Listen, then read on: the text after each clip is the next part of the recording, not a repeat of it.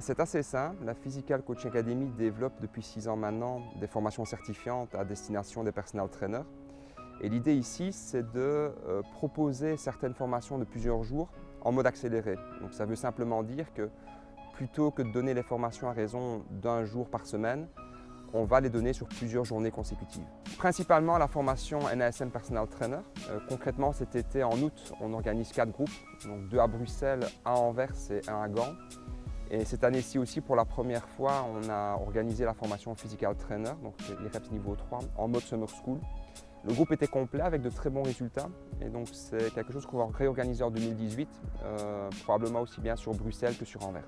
C'est pour répondre à une demande croissante de coachs pour qui le système en fait, qui consiste à suivre une formation sur plusieurs semaines à raison d'un jour par semaine, simplement ne convient pas. Donc c'est qui? Ce sont notamment des étudiants en fin de cursus en éducation physique, en kinésithérapie, qui profitent de leur congé scolaire pour continuer à se former.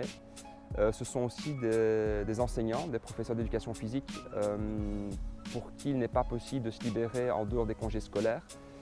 Et enfin, ce sont aussi des personnes en fait, qui viennent de plus loin, de l'étranger, et qui évitent ainsi des allers-retours conséquents qui vont considérablement augmenter le coût de leur formation. Pour la formation NASM, il est important d'avoir de solides prérequis. Donc en effet, les étudiants auront moins de temps à disposition pour assimiler la matière et les 700 pages de l'ouvrage de référence. Il est aussi vivement conseillé d'avoir pas mal de pratiques à son actif en tant que coach.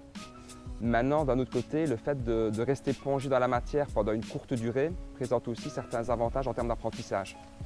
En pratique, on constate que les taux de réussite sont tout à fait équivalents entre les deux systèmes et donc quelque part, les étudiants ils trouvent de toute façon leur compte.